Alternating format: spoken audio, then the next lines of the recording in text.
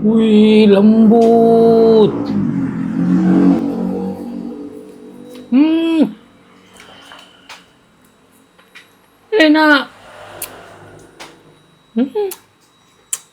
Ya, ini mie rendang asli Sulawesi yang lagi viral di Makassar. Dibuat dan diolah sama orang Sulawesi asli, menggunakan bahan-bahan premium yang sudah disesuaikan sama lidah orang Sulawesi. Ada varian rendang ayam, rendang bebek, rendang sapi, dan rendang sapi ekstra pedas. Dagingnya juicy dan empuk, bumbunya juga meresap sampai ke dalam-dalam daging. Rasanya enak, apalagi ini yang varian sapi ekstra pedasnya. Bikin mau kita tambah nasi terus. Penyajiannya juga simple Ji, bisa langsung dimakan atau dipanaskan begini. Packingannya juga elegan dan tahan sampai 5 bulan. Cocok kalau mau ki jadikan oleh-oleh atau stok di rumah tak. Pokoknya, kalau mau ki rasakan rendang asli Sulawesi yang rasanya enak, langsung ki hubungi Rendang Rensi atau langsung ke lokasinya. Jalan Pelita Raya nomor 2 Blok A.